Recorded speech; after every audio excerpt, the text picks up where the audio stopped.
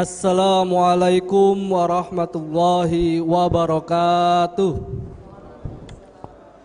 Bismillah walhamdulillah wassalatu wassalamu ala rasulillah wala hawla wala quwata illa billah amma ba'd. Yang terhormat Romo Kiai Haji Mas'ud Masduki, Romo Kiai Haji Ahmad Judi Mudor, Romo Kiai Haji Mukhtar Salim, Romo Kiai Haji Muhajir, dan para pengurus wilayah Nahdlatul Ulama, serta yang terhormat para jamaah yang hadir pada kali ini, yaitu pengajian Kitab Kuning dan tematik Ahad Wage, serta dua narasumber pada kali ini, ada Pak Solahuddin dan Ibu Wahyuni.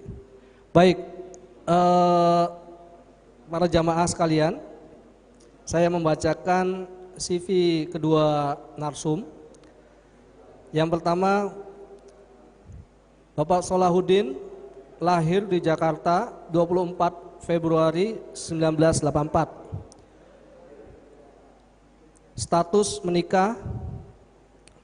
Pendidikan SD, SMP, SMA, S1, program sarjana, program studi budaya perikanan, jurusan perikanan Fakultas Pertanian UGM Yogyakarta. Beri aplaus. Pengalaman: Ketua Bidang Pemberdayaan Ekonomi Keluarga Lembaga Kemaslahatan Keluarga PWNU DIY Yogyakarta, Wakil Sekretaris PWGP Ansor DIY. Yang kedua, narasumber kedua, beliau ada Ibu Wahyuni Syifatul Rahmah, lahir Lamongan 12 Januari 1981. Pengalaman organisasi: Ketua PAC Fatayat NU Kapanewon Banguntapan, anggota bidang dakwah Fatayat NU, anggota bidang dakwah PC Fatayat NU Bantul. Saat ini sebagai Koordinator Bidang Dakwah PW Fatayat NU DIY periode 2022 sampai 2027. Fokus beliau sosialisasi konsep keluarga maslahah an-nahdiyah. Motonya keluarga maslahah, keluarga bahagia. Beri aplaus. Baik, untuk Ibu dulu. Oke. Untuk mempersingkat waktu, kita akan mendengarkan pemaparan narasumber kali ini. Kepada beliau, Ibu Wahyu Syifatul Rahmah, STHI MSI, waktu dipersilakan.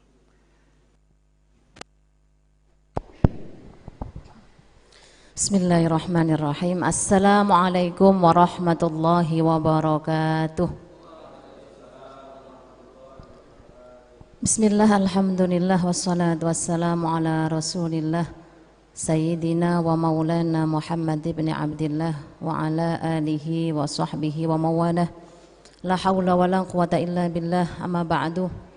Hadratal muhtaramin, para alim, para ulama, wabil khusus kagem mustasyar pengurus PWNU DIY, kagem Katib Syuriah, kagem Rois Syuriah dan sedaya jajaranipun, kagem Tanfidiyah dan sedaya jajaranipun, kagem sedaya ketua Banom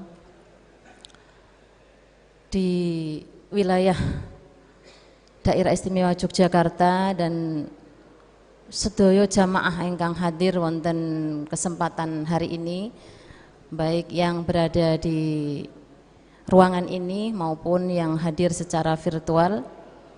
Alhamdulillah, puji dan syukur kita senantiasa panjatkan kepada Allah Subhanahu wa Ta'ala atas limpahan kenikmatan dan karunia-Nya sehingga kita semua bisa hadir wonten majelis ini dengan sehat walafiat. Semoga menjadi amal ibadah untuk kita semua, amin ya rabbal alamin.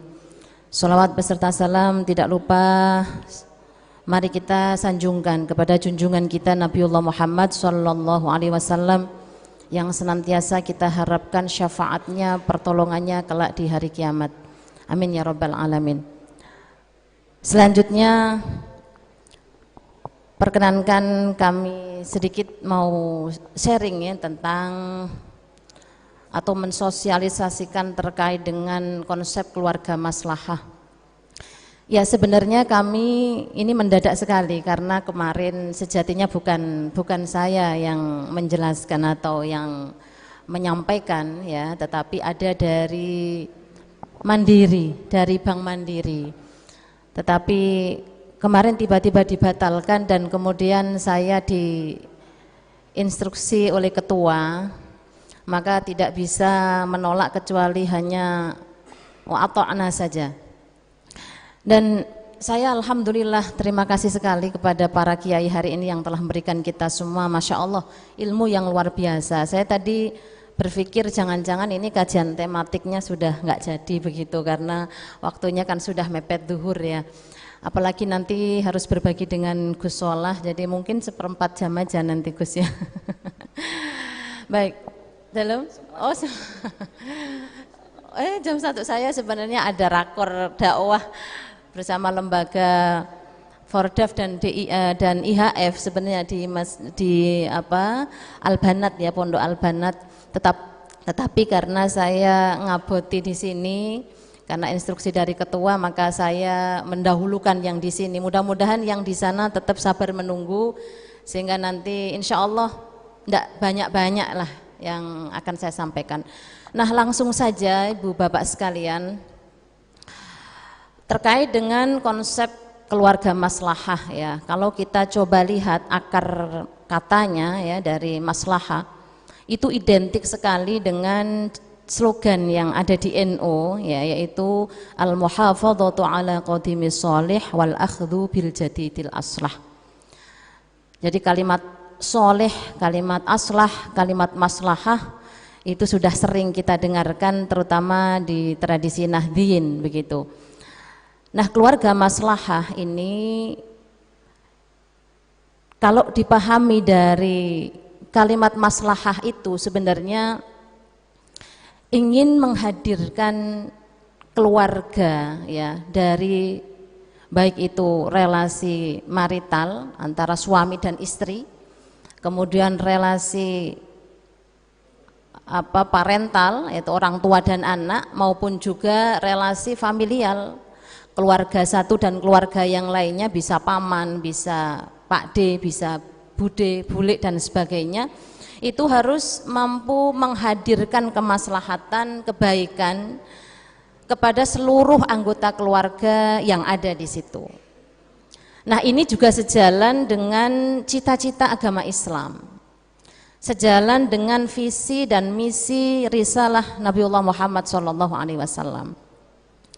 Nah oleh sebab itu untuk landasan konsep keluarga maslahah ini ada 3 poin pokoknya. Yang pertama adalah landasan keislaman, dan ini sangat sejalan tadi ya dengan misi kerasulan, misi keagamaan. Kemudian yang kedua adalah landasan ke-NU-an gitu. Dan yang ketiga adalah tentang konsep keluarga maslahah itu sendiri. Nah di dalam konsep keislaman kita juga sudah sering mendengarkan ya, ada paling tidak 2 cita-cita yang selalu ingin kita hadirkan di tengah masyarakat. Itu adalah Islam sebagai rahmatan lil alamin ya. Jadi Islam harus hadir di tengah masyarakat, terutama di dalam keluarga terlebih dahulu gitu ya, menjadi anugerah gitu. Jadi agama Islam harus betul-betul menjadi anugerah bagi keluarga, menjadi anugerah bagi semua anggota keluarga yang ada, baik pada suami, pada istri, pada anak, orang tua dan lain sebagainya. Tentu ini tidak mudah ya di dalam prakteknya, karena kadang-kadang sifat manusia itu bisa bermacam-macam gitu. Kadang-kadang relasi yang mungkin kurang mutualisme ya, atau kurang baik antara suami dan istri, bahkan menghadirkan agama bukan hanya sebagai rahmat, keluarga juga bukan sebagai rahmat, tetapi kadang-kadang justru menekan pihak lain misalnya gitu ya. Kemudian suami mengeksploitasi istri dan lain sebagainya. Nah ini di dalam konsep keluarga maslahah ini harus betul-betul dihadirkan Islam sebagai anugerah ya. Dan keluarga memastikan semua anggota keluarganya betul-betul mendapatkan anugerah, mendapatkan kasih sayang, kerahmatan gitu ya, baik oleh suami, oleh istri, oleh orang tua, anak dan seterusnya. Begitu. Kemudian yang kedua adalah tatmimu makarimil akhlak. Ini juga cita-cita Islam yang luar biasa begitu ya, di mana Rasulullah juga di dalam salah satu hadisnya disampaikan innama bu'itsu liutammima makarimal akhlak. Sesungguhnya Rasulullah diutus ya semata-mata ingin menyempurnakan akhlak. Nah, di dalam tatmimu makarimil akhlak ya, kalau dalam konteks keluarga ini harus kita maknai gitu ya, bahwa keluarga itu sebagai madrasah yang pertama. Jadi harus berproses terus-menerus ya. Tatmim itu terus-menerus harus berproses begitu untuk memastikan bahwa seluruh anggota keluarga ini betul-betul memiliki ya akhlak yang mulia. Jadi tidak hanya kemudian menuntut ya kepada pihak lain untuk berakhlak mulia, tetapi semuanya, semua anggota keluarga memastikan terus berproses ya sebagai madrasah pertama di dalam rumah tangga. Kalau biasanya kita sebutkan madrasah yang pertama itu kan hanya ibu ya. Al-ummahatu madrasatul ula. Tetapi sesungguhnya di dalam hadis ini memuat satu misi yang luar biasa, yang melekat kepada seluruh individu itu. Tidak hanya tugas mengajar itu hanya ibunya saja gitu. Meskipun pada prakteknya masih terus terjadi yang begitu itu. Karena saya sering menemukan ada anak begitu yang kalau minta diajari oleh bapaknya, itu biasanya bapaknya udah dibaca aja dulu, udah sama ibu saja. Nah, misalnya begitu. Ini berarti tanggung jawab mengajari anak itu masih melekat kepada ibu gitu. Nah, di sini harus kita pahami semua bahwa sebenarnya tugas mengajar atau tugas menjadi madrasah itu bukan kepada ibu saja, tetapi juga kepada semua anggota keluarga begitu.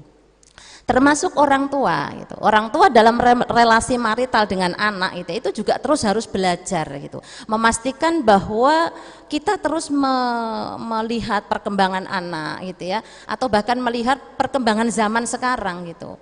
Tentu tidak sama dengan pada saat kita dulu menjadi anak-anak gitu ya. Nah, ini harus kita betul-betul sesuaikan begitu. Kalau anak-anak zaman sekarang ya mestinya kita cara pandangnya juga konsepnya sekarang gitu. Bahwa anak-anak sekarang itu lebih mungkin dinamis gitu ya. Lebih suka yang instan atau mungkin lebih yang fleksibel gitu, tidak suka yang ribet. Nah, kadang-kadang orang tua memposisikan diri sebagai pemilik bagi anak-anaknya sehingga hanya ingin dimengerti, hanya ingin dituruti. Begitu ya.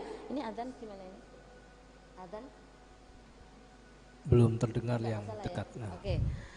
Nah, jadi itu yang kedua ya. Jadi tatmimu makarimil akhlak, ini keluarga terus betul-betul memposisikan diri sebagai madrasah yang pertama bagi seluruh anggota keluarganya. Orang tua tidak boleh kemudian alergi ketika dia belajar kepada anak-anaknya.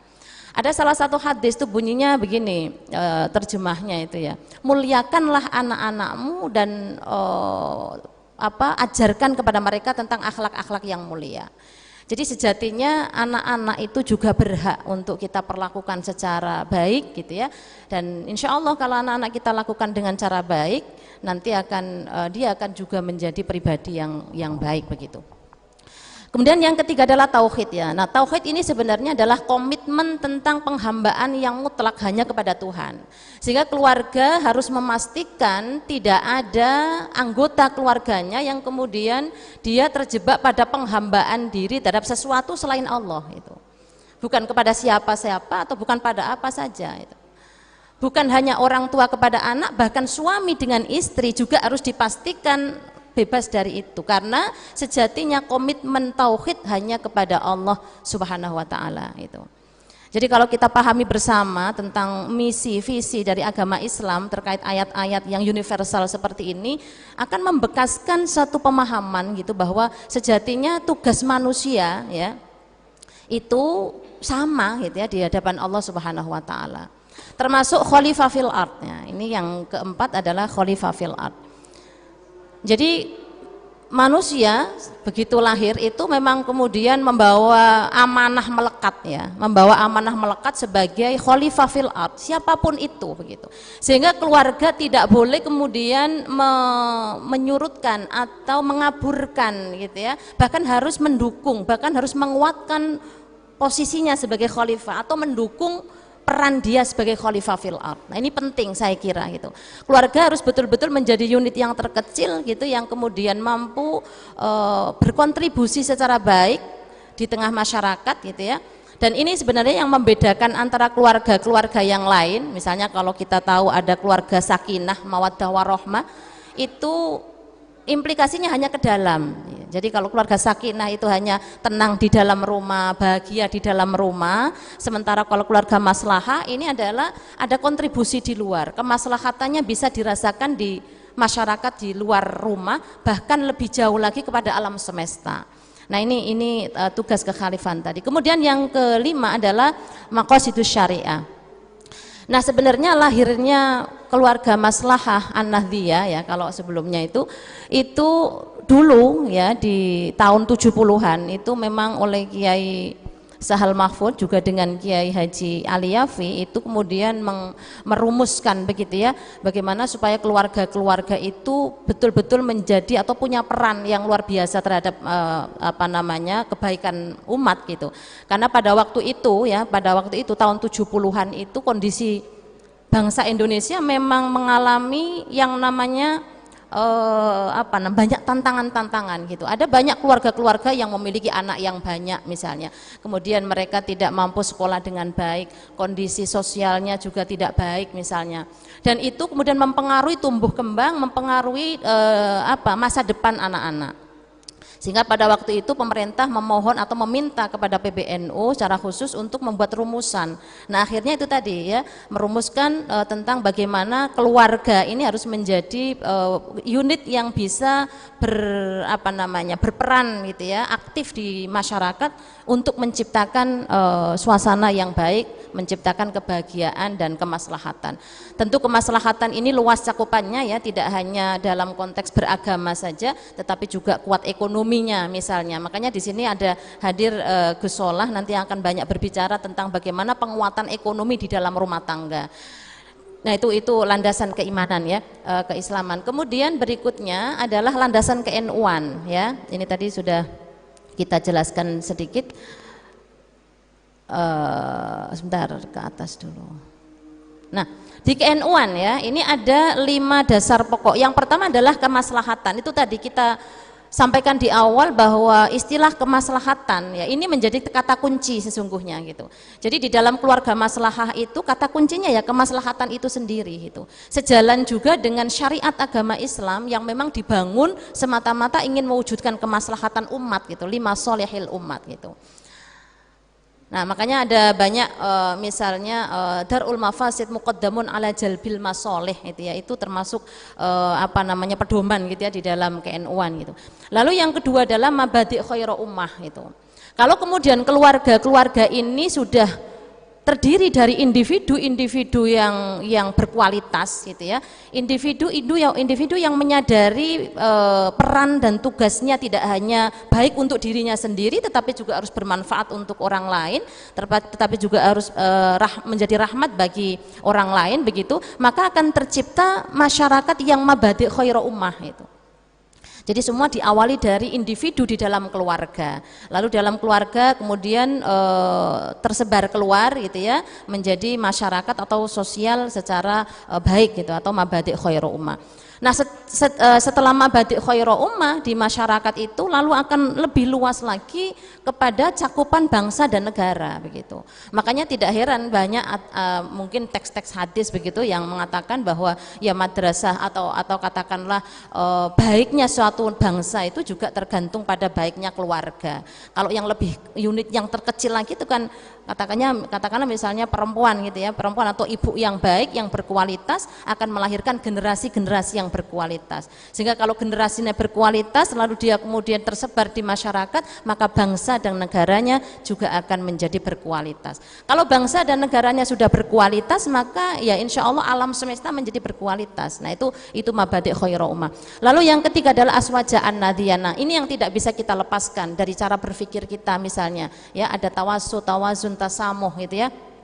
Di sana memang harus kita jabarkan secara luas begitu, tetapi memang kita butuh waktu ya untuk menjelaskan bagaimana konsep keluarga maslahah untuk yang lebih detail. Ini hanya ingin saya sampaikan bagaimana landasan konsepnya saja gitu, karena tidak mungkin kalau saya jelaskan keseluruhannya. Yang penting bahwa ini bisa tersampaikan dengan baik, begitu ya. Lalu kemudian yang keempat adalah ukhuwah gitu. Nah ini penting gitu ya, sebagai orang Nahdiyin gitu ya harus menyadari bahwa ukhuwah yang terjalin itu kan ada tiga gitu ya. Nanti di bawah ada ukhuwah Islamiyah ya, ada ukhuwah watoniyah, kemudian ada ukhuwah insaniyah gitu ya. Nah ini ada tiga macam ukhuwah. Jadi kalau kita melihat orang lain sebagai saudara bagi kita, maka sejatinya kita tidak akan kemudian tega melakukan tindakan-tindakan kekerasan atau kemudian melakukan kejahilan dan lain sebagainya. Ini konsep yang menurut saya juga universal gitu ya, diajarkan oleh Rasulullah SAW. Nah singkat saja ya di atas tadi, kemudian setelah itu lalu ke madhab dan amaliyah ya. Sebagai orang NU tentu untuk memperkuat organisasi kita juga tetap akan selalu kita kuatkan tradisi-tradisi amaliyah NU di tengah masyarakat kita.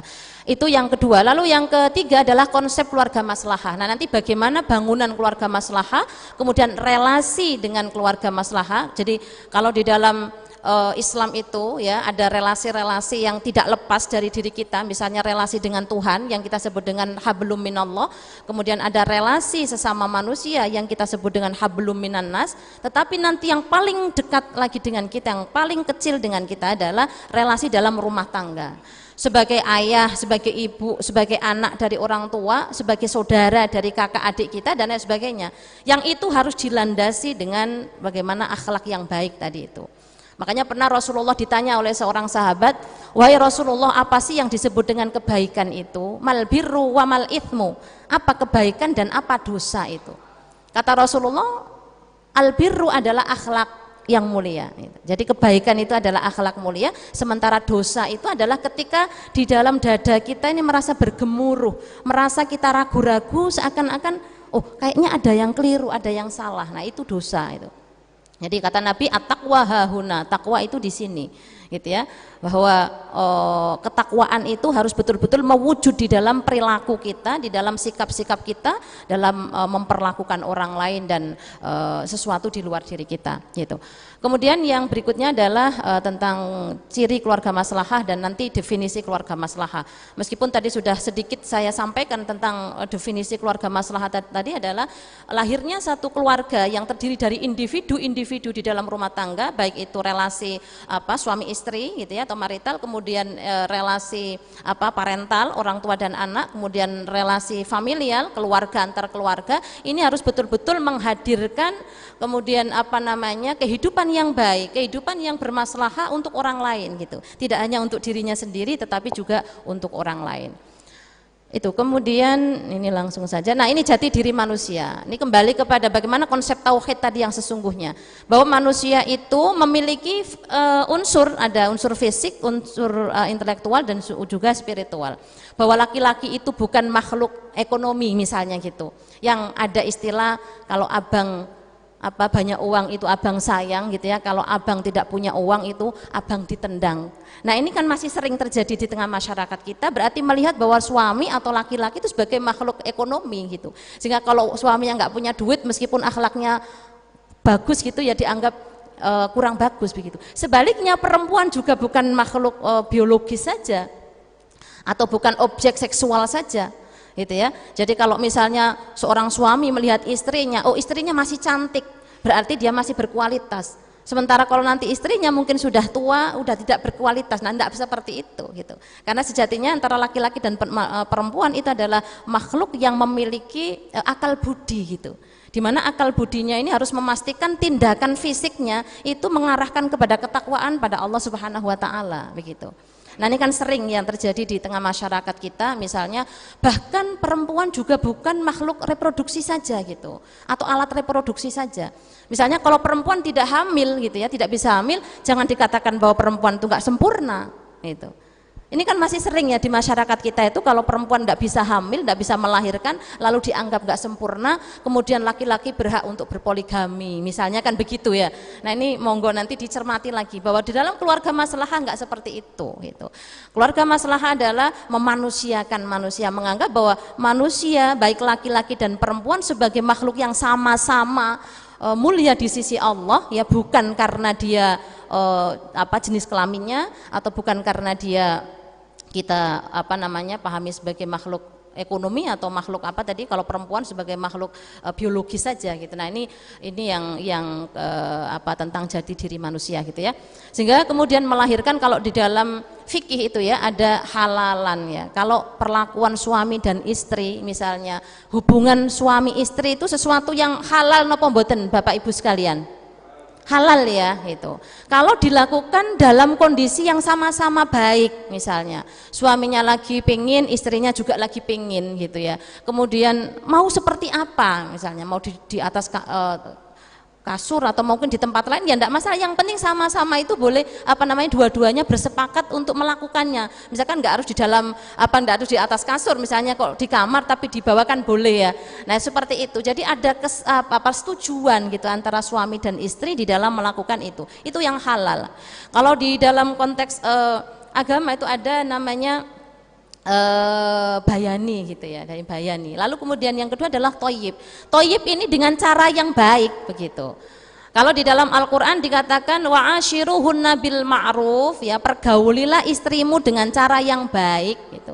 Tidak boleh kita memaksakan dengan cara yang mungkin pasangan kita nggak mau gitu. Ini saya sering temukan yang seperti itu. Ada seorang suami menginginkan berhubungan badan dengan istrinya, tetapi istrinya nggak mau dengan cara yang diinginkan suami. Gitu. Itu berarti nggak toyib begitu. Atau kadangkala misalnya istri sedang sakit, nah, istrinya sedang sakit lalu dipaksa untuk berhubungan hanya gara-gara suami merasa istri harus taat pada suami. Nah, itu tidak toyib seperti itu.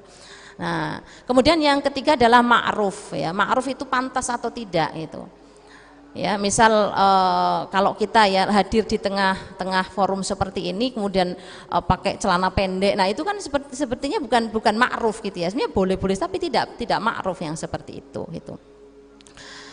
Nah, ini kemudian maqasidus syariah ya. Saya kira keluarga memang harus memastikan betul keamanan atau paling tidak terjaganya agama seluruh anggota keluarga kita gitu. Jadi tidak boleh ada tekanan, bahkan mungkin di dalam rumah tangga itu mungkin beda agama gitu ya. Tetapi di sini gitu ya harus dipastikan semua anggota keluarga memiliki keamanan untuk melakukan ajaran agamanya secara bebas begitu. Kemudian hifdzun nafas ya, ini jelas bahwa perlindungan jiwa itu mutlak ya sebagai kebutuhan atau hak asasi manusia begitu. Kemudian hifdzul aqli, termasuk sekolah ya, anak-anak kita sekolahkan ini kan bagian dari orang tua supaya anak-anak kita memiliki akal yang baik, yang terjamin masa depannya begitu ya, dan lain sebagainya. Kemudian hifdzul irdi, kehormatannya. Nah, ini biasanya yang sering terjadi ketika ada seorang suami misalnya mengatakan sesuatu yang mungkin menyakiti hati istrinya atau merendahkan hati istrinya, itu tidak diperkenankan gitu. Karena di dalam maqasidus syariah itu ada beberapa hak dasar yang dimiliki setiap orang gitu ya, bahkan seorang istri sekalipun, panggillah dengan panggilan-panggilan yang menyenangkan gitu, wahai kekasihku misalnya, atau biasanya sayangku dan lain sebagainya. Jangan merendahkan martabat pasangan kita gitu ya, apalagi di hadapan orang lain begitu. Baik. Kemudian hifdzun nasl ya. 5 menit lagi Bu Nyai. Iya. Udah habis ya waktunya ya. Kemudian hifdzun nasl ini menjaga keturunan. Nah, sebenarnya mohon maaf sebentar saya sampaikan terkait dengan Kiai Aliyafi dan Kiai Sahal Mahfud di dalam memaknai hifdzun nasl ini bukan hanya untuk perkawinan saja, tetapi sesungguhnya di sana ada bagaimana reproduksi, kesehatan reproduksinya itu juga harus dijaga dengan baik. Lalu yang terakhir adalah hifdzul mal ya. Nah, yang terakhir saya kira ya, ini terkait dengan bagaimana tadi lahirnya keluarga maslahah ya, ini bangunan keluarga maslahah. Yang pertama itu ada atapnya adalah kemaslahatan ya. Kalau kita sepakati bersama bahwa agama Islam ini diajarkan semata-mata juga untuk mewujudkan kemaslahatan, maka keluarga juga menjadi bagian sangat penting gitu ya untuk menyampaikan itu, untuk menjadi bagian dari munculnya kemaslahatan atau terjadinya atau terwujudnya kemaslahatan di tengah umat gitu. Nah, tadi sudah kita jelaskan landasan keislaman, landasan ke-NU-an. Lalu kemudian di tengahnya, di tengah bangunan rumah itu ada suasana batin gitu ya. Bapak Ibu semua pasti sudah hafal tentang bagaimana tujuan di dalam perkawinan. Napa Bapak Ibu sekalian tujuan dalam perkawinan itu? Sebagaimana di dalam surat Ar-Rum itu ya, kalau kita kenal dengan ayat undangan pernikahan, biasanya itu ya, wa min ayatihi an khalaqalakum min anfusikum azwajal litaskunu ilaiha wa ja'ala bainakum mawaddatan warahmah. Yang terakhir yang hafal ya, mawaddah warahmah. Iya, gitu ya. Jadi suasana batin pasangannya harus bahagia. Ketika seorang suami akad dengan istrinya ya, aku terima akad nikahnya si A dengan mas kawin si A, itu artinya apa? Mengambil alih tanggung jawab yang sebelumnya ada di bapaknya itu kepada dirinya. Tanggung jawab mendidik, tanggung jawab membahagiakan, tanggung jawab mengayomi dan lain sebagainya gitu. Sehingga ini yang harus disadari oleh setiap orang, bahkan oleh calon-calon pengantin begitu ya. Jadi suasana yang harus dibangun dalam perkawinan adalah sakinah, ketentraman, menjamin pasangannya tenang. Jangan kemudian kita eksploitasi gitu ya. Misalnya perempuan kita jadikan sebagai ya itu tadi gitu. Mumpung punya istri dijadikan pembantu misalnya, yang masak, yang nyuci, yang macam-macam. Nah, ini monggo nanti dirubah ya yang seperti itu. Ayo nanti jenengan pulang ke rumah istrinya disayang ya, pasangannya disayang, ciptakan kebahagiaan di dalam rumah tangga. Saya sering katakan untuk ibu-ibu ya, biasanya kalau kita nunggu suami menyayangi kita atau mengungkapkan rasa cintanya atau sesuatu yang kayaknya nggak mungkin, kita ciptakan sendiri kebahagiaan untuk diri kita yang sebenarnya itu tidak susah, tidak sulit, tidak harus yang mewah. Saya biasanya membangun keluarga atau membangun kebahagiaan diri saya itu, kalau kita nyuci kok kering, itu saya sudah bahagia luar biasa. Masak kemudian matang, itu saya sudah bahagia. Jadi tidak harus nunggu dikasih gaji suaminya, enggak gitu. Nah, dengan modal bahagia yang kita ciptakan sendiri seperti itu kita siap menjalankan kehidupan gitu. Bagaimana coba kita dari pagi sampai pagi lagi itu enggak selesai-selesai, nyuci piring itu bisa berkali-kali. Coba kalau satu piring itu kita hargai 1.000 misalnya, itu ibu sudah dapat banyak sekali. Nah, itu caranya menciptakan kebahagiaan di dalam rumah tangga itu begitu, gitu ya. Nah, kemudian tadi fondasinya adalah keadilan dan kesalingan ya. Nah, monggo Bapak Ibu sekalian, untuk peran-peran dalam rumah tangga itu harus dibagi dengan baik ya. Jadi kalau misalnya suaminya sudah memberikan nafkah dengan baik ya, kemudian istrinya sudah bekerja dengan baik ya, ciptakan kebahagiaan di sana, disebut mawaddah itu ya, saling mencintai, saling menghargai. Kemudian tadi kesalingan, bahwa peran-peran dalam rumah tangga itu harus dikerjakan dengan sama-sama itu. Kesalingan yang dimaksud di sini adalah itu tadi, tidak hanya menuntut, pasangan tidak hanya menuntut kepada pasangan lainnya untuk dibahagiakan, untuk dikasihi dan seterusnya, tetapi saling membahagiakan, saling menentramkan, saling mengasihi, saling mengayomi dan lain sebagainya. Itu saya kira penting ya. Kemudian yang terakhir adalah pilar ya, pilar dari keluarga itu kan pertama adalah zawaj. Zawaj itu pasangan. Karena kalau bukan pasangan kan berarti bukan suami istri gitu ya. Sebagaimana juga di surat Ar-Rum tadi sudah saya sampaikan. Lalu yang kedua adalah mitsaqun ghalidho. Sebuah bangunan perkawinan itu kan didasarkan pada mitsaqun ghalidho, satu janji suci ya. Jangan ketika berakad dengan istrinya itu di hadapan Allah ya, disaksikan oleh malaikat bahwa jenengan sudah berjanji ingin membahagiakan keluarganya, itu mitsaqun ghalidho, sehingga tidak mudah dicerai-beraikan oleh hanya gara-gara misalnya kok istrinya tidak bisa punya anak misalnya. Ini harus dipenggalih lagi. Saya sering nemu yang begitu itu, ada seorang pasangan suami istri yang sudah 17 tahun menikah gitu ya, lalu kemudian istrinya tidak dikaruniai anak, lalu istrinya selingkuh. Istrinya selingkuh sampai suaminya selingkuh sampai kemudian istrinya stroke dan meninggal. Nah, ini bayangkan ada yang seperti itu gitu. Ini hanya gara-gara itu tadi melihat pilar-pilar dalam rumah tangga itu bukan dengan cara yang benar gitu ya. Sehingga tidak mudah dicerai beraikan tadi itu. Ini udah. Nah, lalu muasyarah bil ma'ruf ya, ini udah kita sampaikan bahwa mari kita di dalam rumah tangga kita tanamkan pergaulan yang baik, mempergauli yang baik ya dengan pasangan kita maupun dengan anak-anak kita. Ya itu tadi dengan cara-cara yang menyenangkan gitu. Kita memanggil anak kita dengan panggilan sayang ya. Kemudian setiap ada prestasi kita berikan reward misalnya seperti itu. Ya cara-cara yang baik di dalam rumah tangga. Kemudian musyawarah ya.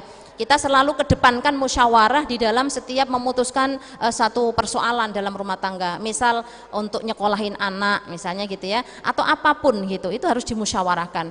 Misal mau anak berapa gitu, itu juga harus dimusyawarahkan. Jangan sampai kemudian suami hanya menerapkan nanti aku pengen punya anak 12 misalnya begitu, tapi tanpa melihat bagaimana kemampuan istrinya, tanpa melihat bagaimana kemampuan istrinya apakah sanggup atau tidak gitu ya. Nah, ini yang keempat. Kemudian yang terakhir adalah antarodin, harus saling ridho antara suami dan istri begitu. Apapun itu suami menerima kekurangan dan kelebihan dari pasangannya, begitu juga seorang istri menerima kekurangan dan kelebihan dari pasangannya. Ya, saya kira itu ya yang bisa kita sampaikan untuk mungkin terakhir. Atap kemaslahatan bermakna bahwa tujuan keluarga mesti sejalan dengan kemaslahatan sebagai tujuan syariat. Ini yang penting tadi itu ya, bahwa kemaslahatan dalam rumah tangga sejalan dengan kemaslahatan di dalam syariat agama Islam. Lalu yang kedua, bahwa setiap pihak bertanggung jawab mewujudkan kemaslahatan keluarga sekaligus menikmatinya dan mencegah mafsadat serta kemadharatan keluarga dan terlindung darinya. Ini monggo direnungkan bersama-sama apakah kita sudah termasuk begitu gitu ya di dalam rumah tangga kita. Lalu yang terakhir adalah tidak seorang pun bisa mengambil keputusan dan tindakan yang maslahat buat dirinya tetapi mafsadat dan madharat bagi pihak yang lain atau sebaliknya. Ini saya kira konsep atau landasan-landasan pokok ya di dalam menciptakan keluarga maslahah ya. Insya Allah ini ya kita berproses memang, karena tidak mungkin kemudian seketika begitu saja bisa berubah gitu ya, karena terkait dengan perilaku, terkait dengan bagaimana sifat yang melekat kepada seseorang gitu. Kalau sudah karakternya pemarah misalnya gitu ya, lalu yang lainnya kemudian bisa memahami, nah ini tetap harus selalu dikomunikasikan gitu. Karena bagian dari sifat manusia tadi kan memang membawa fitrah yang baik. Baik, Bu Nyai, terima kasih. Saya kira itu yang bisa saya sampaikan. Mohon maaf karena waktunya. Betul. Ya, wabillahi taufiq wal hidayah. Wassalamualaikum warahmatullahi wabarakatuh. Waalaikumsalam warahmatullahi wabarakatuh. Mohon sabar ya para audiens. Spiritual Saman. Luar biasa ya, ini konsep keluarga maslahah yang sangat luar biasa di konsep dan sangat detail. Saya kira ini sangat baik buat kita semua. Selanjutnya kita akan mendengarkan narasumber yang kedua dari sisi ekonomi kalau nggak salah ya. Oke. LKKNU dari sisi ekonomi. Pada Yai Solahuddin saya persilakan. Nanti kita langsung berdiskusi ya setelah ini ya. Kita interaktif. Apa sih sebetulnya yang ingin kita capai dalam keluarga maslahah? Ya, itu. Baik, silakan pada narsum kedua. Monggo Yai Solahuddin.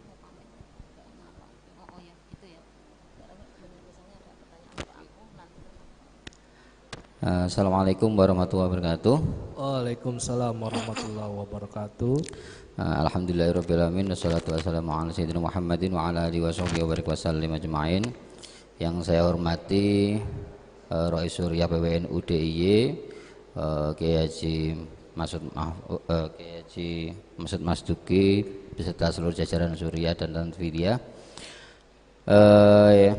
para alim ulama yang saya hormati yang tidak bisa saya sebutkan satu persatu. Mungkin untuk mempersingkat waktu saja karena waktunya sudah sangat mepet.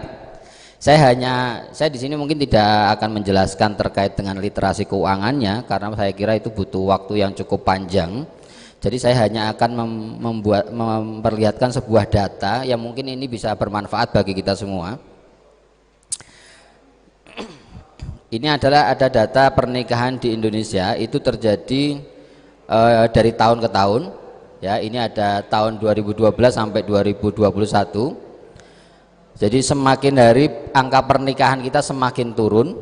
Ya, dari 2020 itu sekitar 1,8 juta, di angka sekarang sekitar 1,4 juta per tahun. Itu turun, minat nikahnya turun gitu ya? Angka pernikahan di Indonesia turun. Ya, kemudian ini ada data perceraian yang ada di Indonesia. Angka perceraian di Indonesia ini meningkat drastis di tahun 2021. Ini peningkatannya cukup drastis. Jadi di tahun 2020 itu sekitar 280-an ribu angka perceraian. Di tahun sekarang ini, di tahun 2021 naik menjadi 440 ribu. Jadi naik sekitar 58%. Ini adalah fakta yang ada saat ini. Jadi ini jadi sebuah apa namanya latar belakang kita. Saya kira ini menjadi sesuatu yang perlu kita cermati. Maaf Yai, itu 2021 tinggi ya? Iya, naik. 2020-nya Rendah. Mungkin karena waktu itu masih pandemi, ya. Jadi apa namanya? Perceraiannya masih ini, dan itu angka perselisihan akan meningkat terus di tahun 2021 itu. Baik. Kemudian apa yang menyebabkan terjadi perceraian? Nah ini. Yang pertama, angka perselisihan tertinggi adalah angka perceraian tertinggi itu disebabkan karena adanya perselisihan dan pertengkaran. Ya. Ini nilainya 279 ribu kasus, ya, 279 ribu kasus. Ini angka perselisihan dan pertengkaran, ya, penyebab dari perceraian yang ada di Indonesia. Dan perlu kita ketahui juga bahwa dari 100% perceraian yang ada di tahun 2021 itu 75% adalah gugat cerai dari istri ke suami, ya, istri ke suami, ya. Jadi 75%-nya adalah gugat cerai. Berarti istri lebih kuat gitu ya? Istri ke suami. Ya, ini data yang saya kira perlu kita cermati sebagai aktivis NU, gitu kan, sebagai pengurus NU yang di berbagai kalangan, memotret sebuah keluarga di Indonesia. Kemudian penyebab perceraian kedua adalah ekonomi. Ada 113.000 kasus. Ya, kemudian ada di sini macam-macam, ada meninggalkan salah satu, kemudian ada KRT, ada mabuk, ada murtad, ya, kemudian ada dihukum penjara dan sebagainya. Ada sekitar 14 item ini bisa dibaca. Nah, kita di LKKNU melihat data ini kemudian membentuk sebuah program, ya, membuat sebuah program yang khusus yang terkait dengan hal ini, yaitu adalah ketika kita melihat terkait dengan perselisihan dan pertengkaran, kita mempunyai beberapa pelatihan yang diampu oleh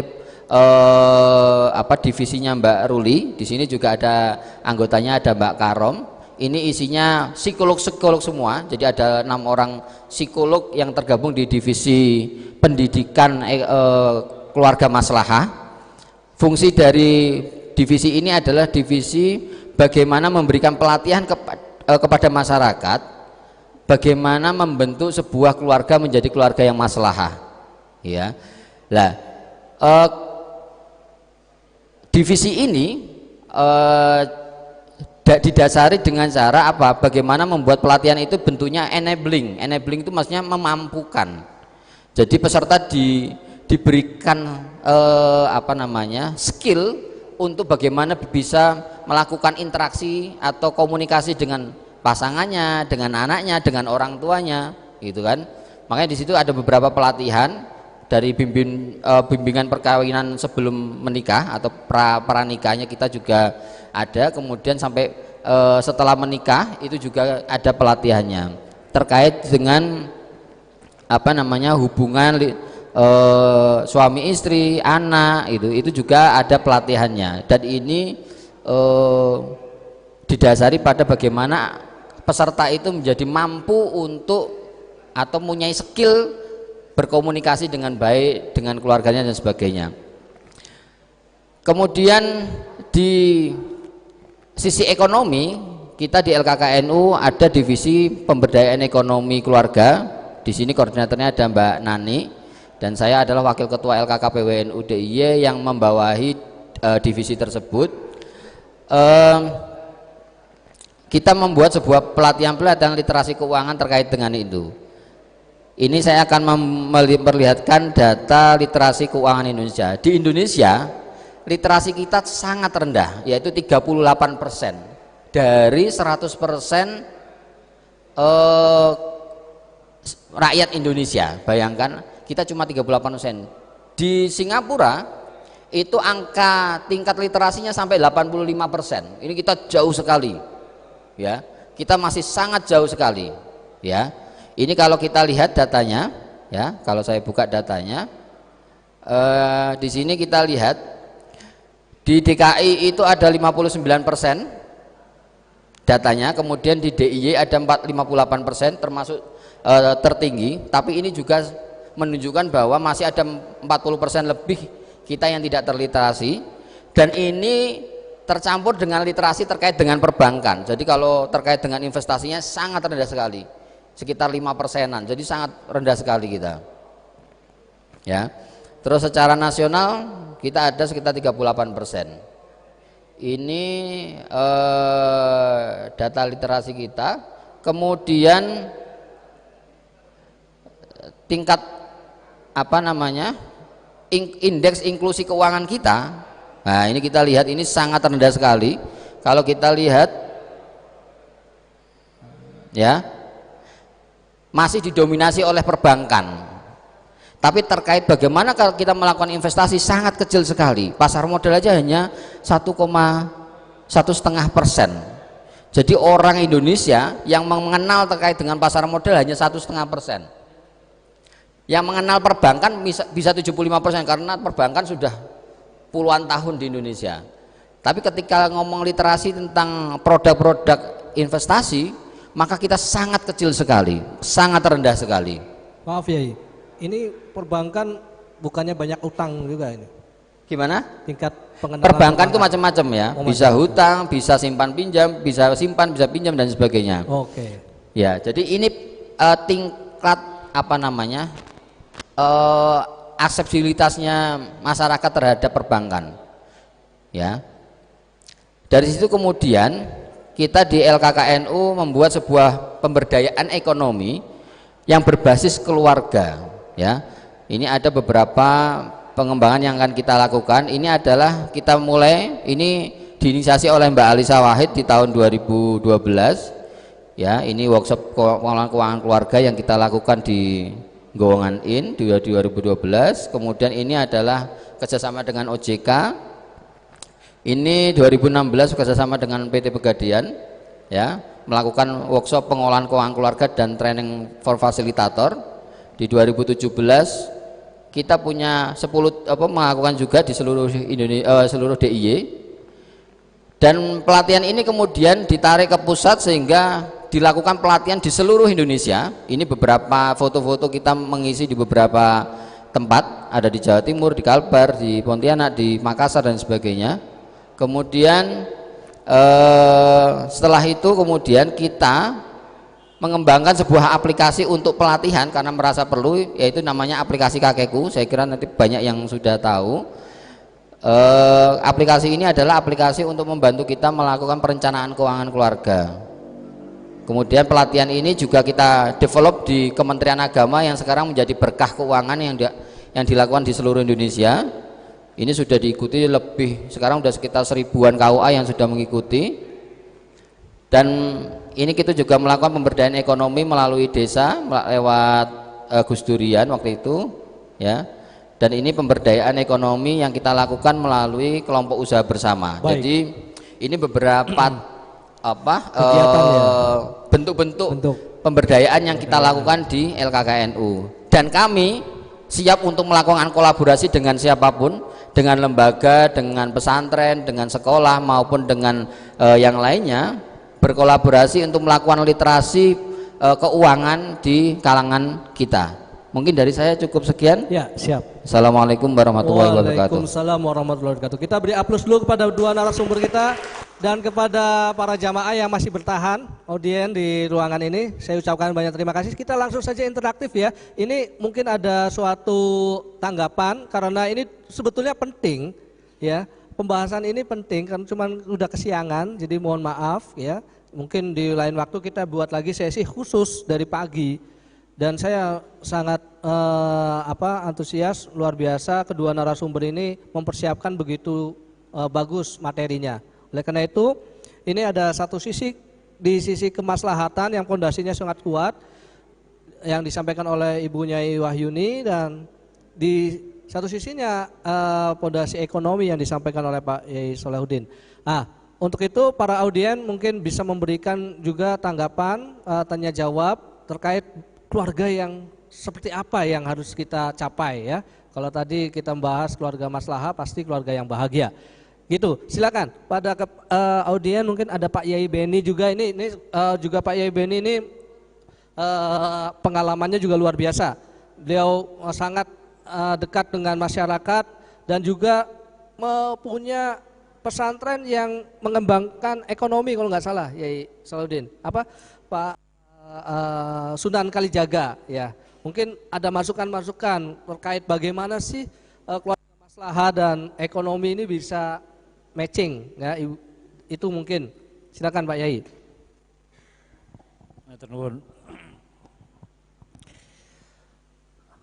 Assalamualaikum warahmatullahi wabarakatuh. Terima kasih, saya senang bisa hadir dan menyimak yang disampaikan oleh Nyai Wahyuni, Gus Soleh dan para ulama tadi sebelumnya. Sungguh sangat penting apa yang beliau sampaikan, punya sampaikan, karena itu saya tidak pergi dari sampai sekarang, tidak meninggalkan forum ini, gitu. Meskipun saya sambil pegang HP. Nah, yang memang tadi disampaikan Bram ya, kita butuh waktu yang lebih, karena memang tema ini begitu penting. Tetapi saya bersyukur ini ada alat di live ya. Masih live ya, artinya ada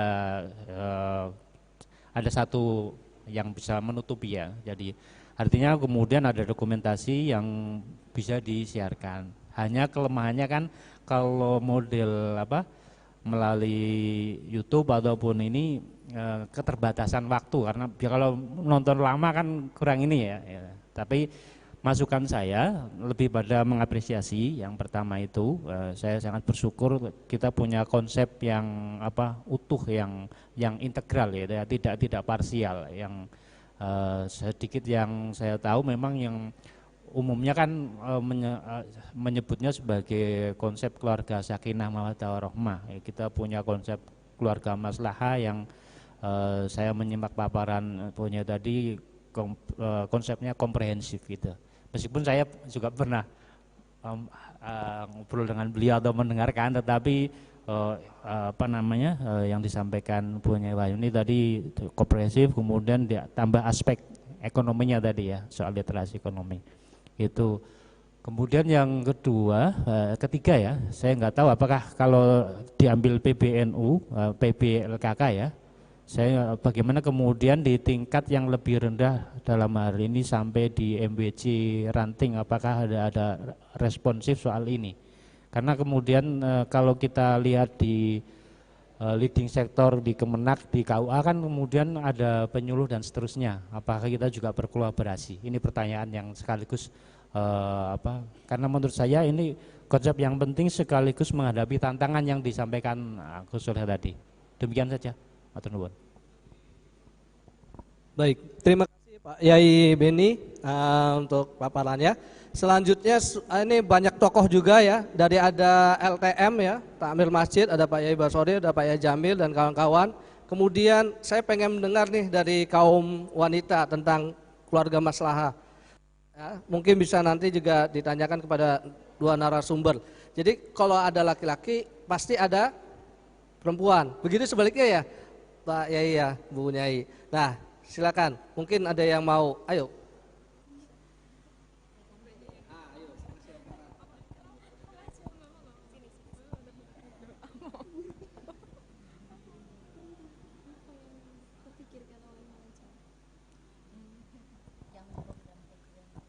Ya. Assalamualaikum warahmatullahi wabarakatuh. Perkenalkan, nama saya Reika, saya dari Malang, Jawa Timur. Ini pertama kalinya saya ikut pengajian PWNU. Mohon maaf sebelumnya saya agak awam dan tidak tidak tersentuh oleh komunitas seperti ini di tempat saya. Sehingga saya melihat tadi materinya sangat bagus sekali tentang keluarga maslahah. Saya mewakili orang-orang awam di luar sana ya Bu Nyai, mohon maaf kalau sangat gak tahu apa-apa. Sebenarnya saya ingin bertanyakan tentang program seperti keluarga maslahah ini yang bisa efektif menyentuh teman-teman perempuan seperti saya yang tidak ikut komunitas seperti ini agar bisa dapat manfaatnya, tahu materinya. Nah, itu kira-kira seperti itu. Jadi saya bisa ikut apa atau belajar di mana agar yang belum tahu apa-apa seperti saya itu bisa lebih lanjut mendalami. Sekian, terima kasih Bu Nyai, mohon maaf sebelumnya. Dari Malang mahasiswa? Oh, mahasiswa UGM, mahasiswanya Yai Salahuddin ini. UGM juga. Oke, ini langsung saja Bu Nyai, luar biasa ini programnya sangat bagus. Mohon nanti nomornya Bu Nyai dikasihkan. Nanti siapa tahu dipanggil diundang di Malang. Ya, gitu. Ini satu lagi ini mungkin dari Pak Ketua LTM, Kang Irul Masjid, monggo. Tentang keluarga maslahah. Mungkin model prolog ataupun satu arah. Ini perlu pemahaman kepada masing-masing orang karena punya pemahaman yang berbeda, beda dari segi pengetahuan, kemudian pendidikan, latar belakang ekonomi. Dengan keadaan yang beda itu bagaimana mengembangkan pada keluarga yang maslahah, ekonomi yang kuat.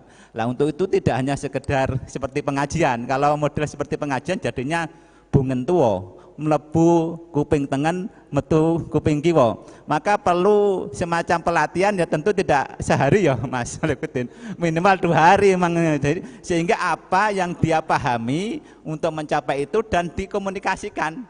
Apalagi dengan mungkin pasangannya atau calon pasangan, itu yang mengena. Karena kalau tidak dengan pasangannya itu karpe A sana C nggak akan ketemu, maka harus ada titik temu. Makanya program ini ya tidak hanya kan pengungkapan dari masing-masing.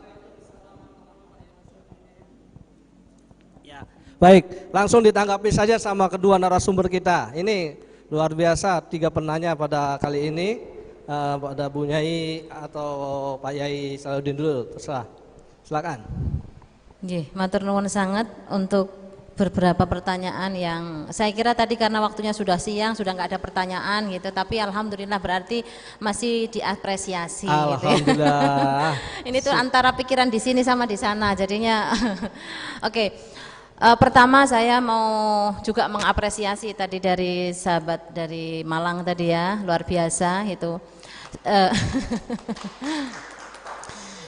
Sebenarnya gini, memang konsep keluarga maslahah ini kan relatif mungkin belum lama ya, masih relatif baru sehingga perlu disosial. Memang dengan Kementerian Agama kita sudah bekerja sama gitu ya untuk melakukan BIM Wincatin yang kemarin kita sudah melakukan 1 kali, dan itu nanti kita semua dijadikan atau katakanlah misalnya dilatih menjadi fasilitator untuk kemudian terjun di tengah masyarakat sebagai bagian dari mengedukasi masyarakat di dalam bagaimana membangun keluarga yang tadi yang maslahah gitu ya. Bukan hanya kepada calon-calon pengantin tetapi juga kepada keluarga-keluarga yang sudah berjalan begitu, mungkin 5 tahun perkawinan atau 10 tahun perkawinan, karena justru sebenarnya persoalan itu akan muncul ketika perkawinan itu sudah berumur gitu. Kalau baru mulai perkawinan itu semua sudah rasanya enak, rasanya itu hanya yang nikmat, yang manis-manis, memiliki banyak apa namanya komunitas-komunitas di buku, terutama dari karya Kiai Fakih Abdul Qadir itu ada 3 buku. Yang pertama itu adalah Mamba'us Sa'adah, yang di situ mengkaji tentang apa namanya konsep bagaimana mewujudkan gitu atau membangun keluarga yang bahagia, itu semua sudah lengkap di sana. Nah, hanya saja memang akan terbatas ya, baru terbatas pada komunitas-komunitas di jamaah Majelis Taklim gitu. Kalau kaitan dengan konsep keluarga maslahah insya Allah di beberapa kota atau bahkan di seluruh Indonesia sudah ada itu Mbak. Kemarin begitu, memang ini saya ingat betul ketika Bu Nyai Nur Rofiah memberikan materi ini kepada kami, yang di modul itu gitu, sehingga kita punya persepsi yang sama di dalam membangun keluarga maslahah. Jadi kayak dari mulai PBNO sampai ke PWNO sampai bahkan nanti ke PCNO, itu konsep keluarga maslahahnya landasannya seperti itu gitu. Kita tidak diperkenankan untuk melakukan satu interpretasi yang lebih ini, apalagi nanti ketika menghadapi calon-calon pengantin gitu ya, ada batasan-batasan tertentu. Tetapi meskipun demikian, saya rasa saling ini ya, informasi itu sangat terbuka begitu, sehingga apapun yang terjadi di satu kasus begitu, itu bisa saja terjadi di kasus-kasus yang lain, tapi yang paling penting penyelesaiannya itu tadi dengan perspektif yang mubadalah ya, yang kesalingan, kemudian tidak ada unsur menuntut ya, tetapi adalah membangun satu relasi yang harmonis begitu antara suami istri, antara anak dan orang tua, termasuk juga antara keluarga besar dan keluarga besar. Baik, Bu Nyai, ya. Maaf. Ini kan kalau di Kemenak itu sebelum nikah ada BP4 apa kalau nggak salah ya? BP4 itu berfungsi nggak Bu Nyai? Atau hanya sekedar cuma dikasih buku untuk pasangan mempelai terus selesai gitu? Atau ada pelatihan? Iya. Karena di sini juga kita ada penyuluh ya, dari Pak Yai Jamiluddin ya. Pak Yai Jamiluddin ini penyuluh sekaligus juga LTM ya kan? Apa perannya BP4 terhadap para calon pasangan? Iya, sebenarnya yang berhak menjawab itu ya dari Kemenak gitu ya. Kemenak ya. Nanti karena saya bukan penyuluh, saya hanya relawan LKK saja gitu. Yang kemarin kebetulan sudah bekerja sama dengan ini dan dilatih untuk melakukan BIM Wincatin gitu ya, sebagai partner begitu. Tetapi kita masih menunggu sertifikat untuk ini, karena kalau tiba-tiba kita ke KUA gitu ya, kamu siapa kan gitu. Kita ditolak gitu kan. Punya apa namanya kekuatan gitu, punya legalitas untuk menyampaikan. Meskipun kita tidak hanya terpaku ke pusat menjadi sekretaris LKKNU pusat. Beliau kemudian membawa bahan-bahan yang sudah kita kumpulkan di Jogja ke pusat. Nah, di pusat ini ini disampaikan oleh Bu Nyai Uyun tadi. Jadi itu adalah beberapa konsep yang memang digodok dari Jogja, kemudian diselesaikan di tingkatan pusat, dan saat ini adalah tahapannya adalah disosialisasikan ke seluruh Indonesia. Itu yang terkait dengan konsep keluarga maslahah. Selain itu saya ingat betul pada tahun 2000 berapa ya, saya agak lupa, 2016 sampai 2015 itu Mbak Alisa Wahid pernah dikontak waktu itu pas kita ada acara LKK dengan LKNU, dikontak oleh Pak Menteri waktu itu, Pak Lukman Saifuddin, meminta secara spesifik untuk membantu mengkonsep pelatihan untuk sebelum nikah, pranikah. Kalau dulu namanya suscatin, khusus calon pengantin, yang dilakukan oleh BP4 itu tadi yang dijelaskan tadi.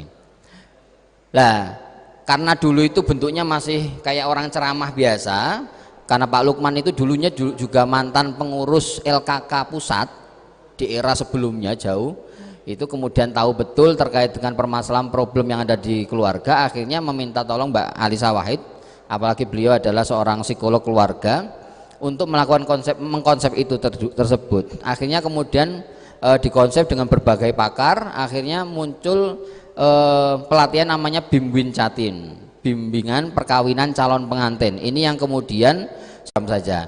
Kemudian pertanyaan dari Pak Ebeni tadi, Jadi program yang tadi itu yang terkait dengan berkah keuangan, keluarga maslahah, bimbingan dan sebagainya itu sekarang sudah didevelop di seluruh Indonesia. Jadi tidak hanya di pusat, gitu kan. Jadi Mbak Lisa membawa ke pusat itu menjadikan program itu menjadi program nasional, sehingga LKKNU gitu seluruh Indonesia melakukan itu.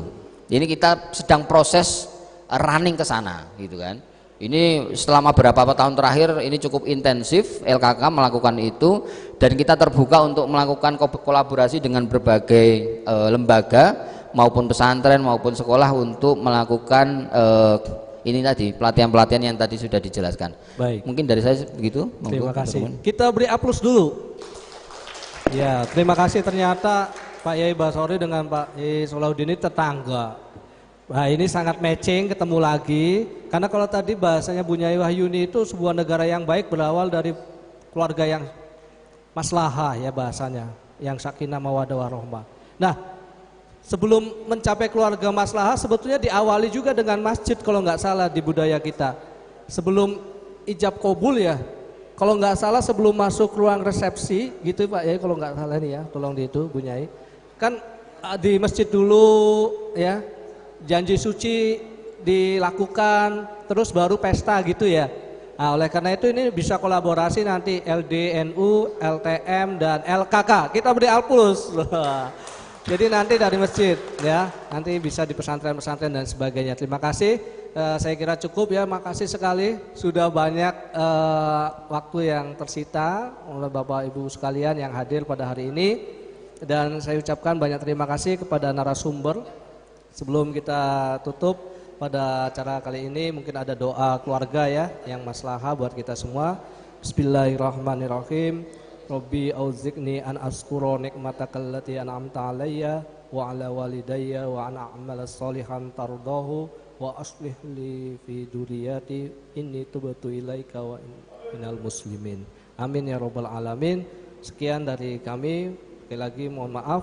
Wallahu muwaffiq ila aqwamit thoriq. Assalamualaikum warahmatullahi wabarakatuh. Saya kembalikan pada MC. Beri aplaus lagi. Sip.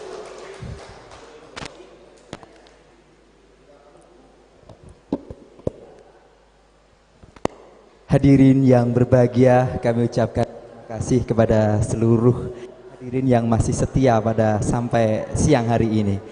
Bapak Kiai, Ibu Nyai yang kami hormati, telah usai rangkaian Kitab Kuning dan tematik Ahad Wage tanggal 2 September 2002. Semoga kita mati Allah Subhanahu wa taala. Acara yang terakhir yaitu adalah doa penutup.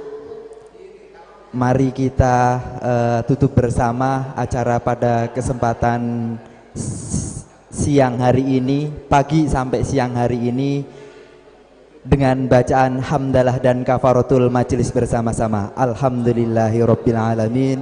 Bismillahirrahmanirrahim. Subhanakallahumma wa bihamdika asyhadu an la ilaha illa anta astaghfiruka wa atubu ilaik. Dari kami pembawa acara tentunya banyak salah dan hilaf, kami mohon maaf yang sebesar-besarnya. Ihdinas siratal mustaqim, wallahul muwafiq ila aqwamit thoriq. Wassalamualaikum warahmatullahi wabarakatuh.